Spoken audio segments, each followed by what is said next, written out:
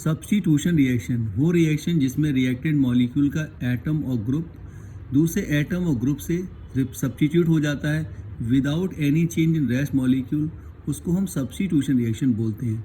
इसमें जो product form होता है उसको हम सब्स्टिट्यूशन प्रोडक्ट बोलते हैं, और जो एटम और ग्रुप सब्स्टिट्यूशन रिएक्शन करते हैं उनको हम सब्स्टिट्यूएंट बोलते हैं।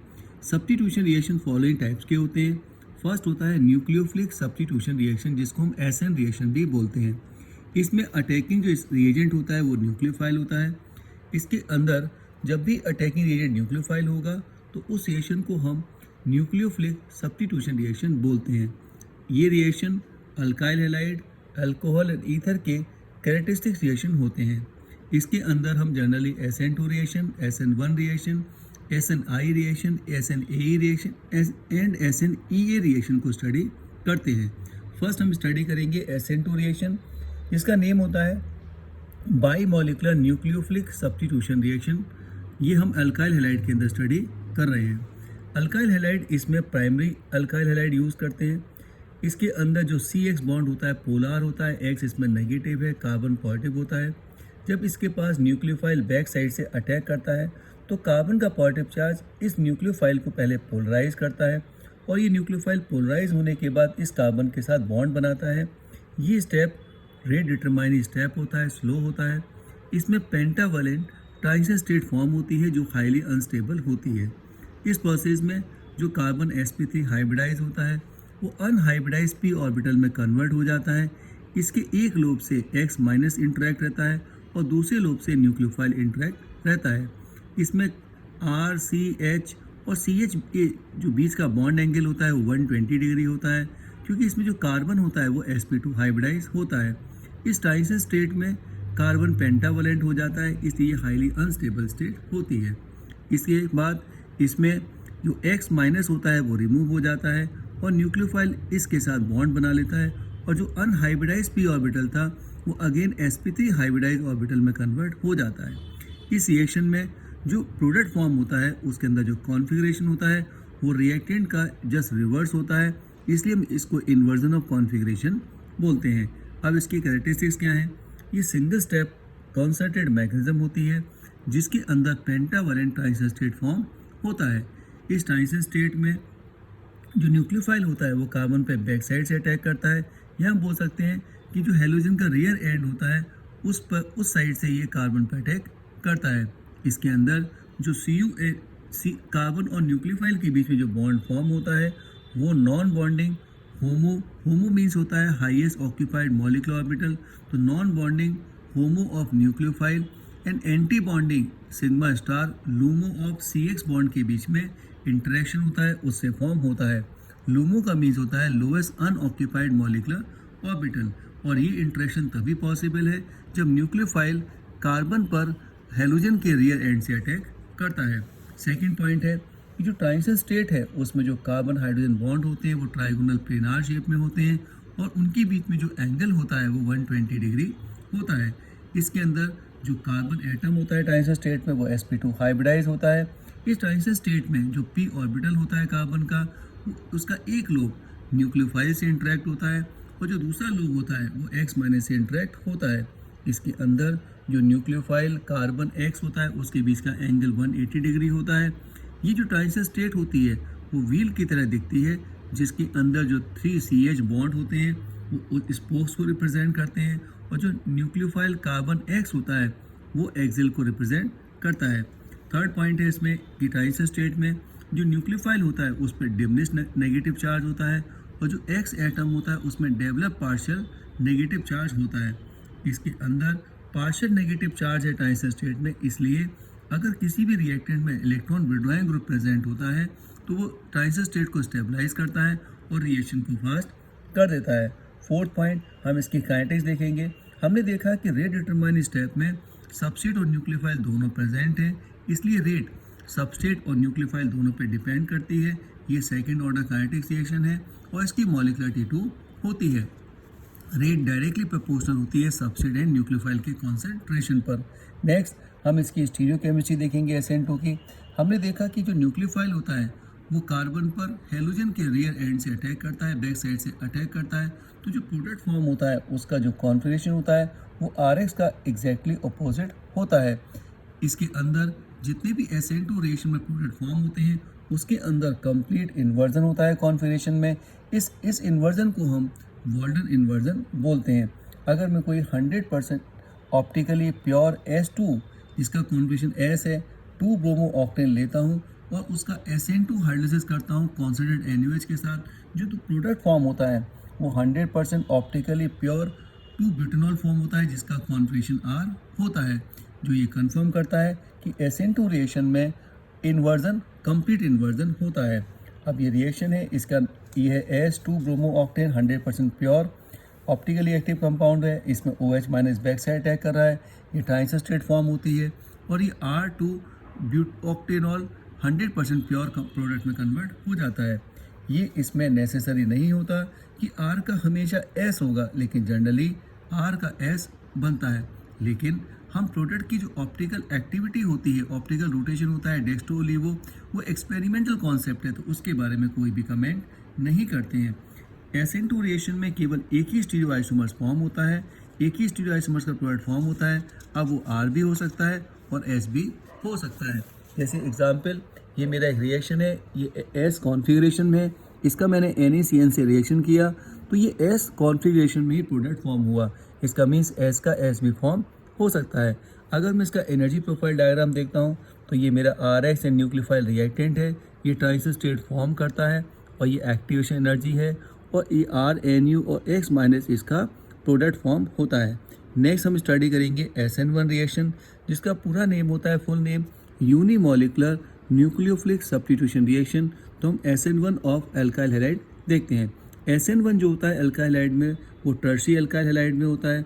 इसके अंदर सबसे पहले जो टर्शियरी एल्काइल हैलाइड होता है वो आयोनाइज होता है, X माइनस को रिमूव करता है और ये कार्बोकेटाइन फॉर्म करता है। ये स्टेप स्लो होता है, रीडिटरमाइनिंग स्टेप होता है। इसके अंदर ये कार्बन और X के बीच का जब बॉन्ड ब्रेक होता है तो ये इसकी ट्रांजिशन स्टेट फर्स्ट फॉर्म होती है। जो कार्बोकेटाइन फॉर्म हुआ वो sp2 हाइब्रिडाइज होता है और प्लेनार शेप में होता है। अब इस कार्बोकेटाइन इंटरमीडिएट पर न्यूक्लियोफाइल अटैक करता है, ये फास्ट स्टेप होता है। तो न्यूक्लियोफाइल फास्ट स्टेप में अटैक करता है तो ये न्यूक्लियोफाइल फ्रंट साइड से भी अटैक कर सकता है और बैक साइड से भी अटैक करता है। अगर ये फ्रंट साइड से अटैक करता है तो रिटेंशन होता है कॉन्फ़िगरेशन में, और ये बैक साइड से अटैक करता है तो इन्वर्जन होता है। रिटेंशन इन्वर्जन दोनों 50-50% होते हैं, तो उसको हम रेसिपी मिक्सचर बोलते हैं।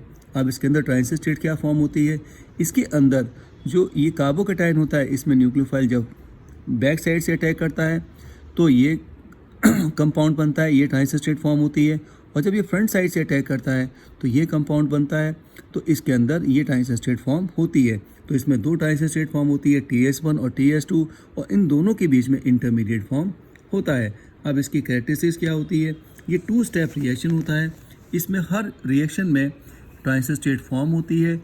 इंटरमीडिएट जो होता है वो 2 ट्रांजिशन स्टेट के बीच फॉर्म होता है। इसके अंदर जो इंटरमीडिएट फॉर्म हुआ है वो हमारा कार्बोकेटाइन है। रिडिटरमाइन स्टेप में जो इंटरमीडिएट फॉर्म हुआ वो कार्बोकेटाइन है, इसलिए वो रीअरेंज हो सकता है और वो रिंग एक्सपेंशन भी कर सकता है और इनको कॉन्ट्रैक्शन भी कर सकता है। थर्ड पॉइंट का काइनेटिक्स है। जो रेट ऑफ रिएक्शन है वो केवल सबस्ट्रेट के कॉन्सेंट्रेशन पर डिपेंड कर रहा है, इसलिए इसकी ऑर्डर एंड मॉलिक्युलरिटी 1 होते हैं। इसके अंदर जो न्यूक्लियोफाइल इंट्रोड्यूस हुआ वो फर्स्ट स्टेप में इंट्रोड्यूस हुआ है, इसलिए कॉन्सेंट्रेशन ऑफ न्यूक्लियोफाइल पर रेट डिपेंड नहीं करती है, रेट केवल सबस्ट्रेट के कॉन्सेंट्रेशन पर डिपेंड करती है। इसके अंदर जो ड्राइविंग फोर्स होते हैं SN1 के वो होते हैं low temperature and solvolysis. SN1 reaction में जो हम सॉल्वेंट हम यूज़ करते हैं वो भी कार्बन पे अटैक करता है और एज ए न्यूक्लियोफाइल अटैक करता है। फिफ्थ इसमें पॉइंट है कि जब सॉल्वेंट इसमें न्यूक्लियोफाइल की तरह बिहेव करता है, सॉल्वेंट इसमें अटैक करता है, तो SN1 रिएक्शन में हमेशा एक ज़्यादा इंटरमीडिएट फॉर्म होता है और एक ज़्यादा ट्रांजिशन स्टेट फॉर्म होती है। किससे कंपेयर में, जब इस पर अनायन अटैक करता है। इसको जरा एग्जांपल समझते हैं। जैसे मेरे पास कार्बोकेटाइन था, OH माइनस ने अटैक किया तो उसके अंदर 2 ट्रांजिशन स्टेट फॉर्म हुई और एक इंटरमीडिएट फॉर्म हुआ। लेकिन जब उसी कार्बोकेटाइन पे वाटर अटैक करता है तो वाटर सॉल्वेंट है, तो इसमें 3 ट्रांजिशन स्टेट फॉर्म होती हैं और 2 इंटरमीडिएट फॉर्म होते हैं। अब इसको हम जरा रिएक्शन से समझते हैं। इसके अंदर ये हमारा टर्शी ब्यूटाइल क्लोराइड है, ये सबसे पहले अपने बॉन्ड को ब्रेक करता है कार्बोकटाइन फॉर्म करता है। ये इसकी स्लो स्टेप है, आरडीएस है। अब इस कार्बोकटाइन पे OH माइनस ने अटैक किया। अगर ये बैक साइड से अटैक करता है तो ये ट्रांजिशन स्टेट फॉर्म करता है, और अगर ये OH माइनस फ्रंट साइड से अटैक करता है तो ये ट्रांजिशन स्टेट फॉर्म करता है।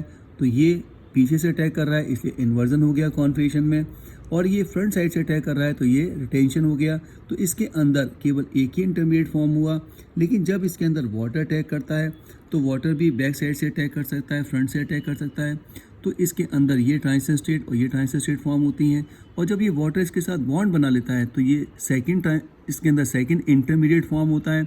अब इसके बाद जो वाटर होता है वो यहाँ से H प्लस आयन को पुल करके अब प्रोडक्ट फॉर्म करता है। तो जब वाटर अटैक करता है तो कार्बोकटाइन और ये इंटरमीडिएट, दो इंटरमीडिएट फॉर्म होती हैं, और जब OH माइनस अटैक करता है तो केवल कार्बोकटाइन इंटरमीडिएट फॉर्म होता है। नेक्स्ट पॉइंट, अगर हम इसकी स्टीरियोकेमिस्ट्री देखते हैं तो हमने देखा कि अल्काइल हैलाइड में बहुत ज़्यादा स्टेरिक रिपल्शन होता है, इसलिए न्यूक्लियोफाइल का बैक साइड से अटैक करना, रियर एंड ऑफ हैलोजन से अटैक करना कार्बन पे इम्पॉसिबल होता है। तो इसलिए ये SN2 रिएक्शन शो नहीं करता है। लेकिन इसके अंदर जो RX होता है वो स्लो आयनाइजेशन करता है, प्लेनार कार्बोकटाइन बनाता है, और इस प्लेनार कार्बोकटाइन पर किसी भी साइड से न्यूक्लियोफाइल अटैक कर सकता है। तो मुझे अल्कोहल का एक मिक्सचर मिलता है जिसके अंदर RX के इक्वल सेम कॉन्फिगरेशन होता है। जैसा RX का कॉन्फिगरेशन है वैसा सेम कॉन्फिगरेशन का भी अल्कोहल मिलता है, और अपोजिट कॉन्फिगरेशन का भी अल्कोहल मिलता है। इसके अंदर अगर मैं कोई optically pure alkyl halide use करता हूँ तो 50% रिटेंशन होता है, 50% इन्वर्जन होता है। इसलिए हम प्रोडक्ट के देखते हैं तो वो कम्प्लीटली रेसमी मिक्सचर बनता है। ये हमारा थियोरेटिकल कॉन्सेप्ट होता है। लेकिन जो एक्चुअल ऑब्जर्वेशन होता है वो पार्शियल रेसमाइजेशन होता है। ये ऐसा क्यों होता है? ऐसा इसलिए होता है क्योंकि इसके अंदर फ्रंट साइड अटैक न्यूक्लियोफाइल का तभी पॉसिबल होता है जब इसके अंदर केवल R प्लस हमारा फॉर्म होता है, और R प्लस फॉर्म होता है, और जो X माइनस होता है वो R प्लस की विसिनिटी से दूर चला जाता है। लेकिन बिगनिंग में जो R प्लस और X माइनस होते हैं वो इंटीमेट आयन पेयर की फॉर्म में एग्जिस्ट करते हैं। ये इंटीमेट आयन पेयर होता है। सो इसके अंदर जो फ्रंट साइड अटैक होता है वो पॉसिबल नहीं होता, क्योंकि X माइनस न्यूक्लियोफाइल को रिपेल करता है। तो फर्स्ट इसके अंदर इंटीमेट पेयर होता है, इसलिए इसके अंदर बैक साइड अटैक ही होता है और इन्वर्जन प्रोडक्टिव फॉर्म होता है। लेकिन इसके बाद ये इंटीमेट जो आयन पेयर होता है वो सॉल्वेंट सेपरेटेड आयन पेयर में कन्वर्ट हो जाता है।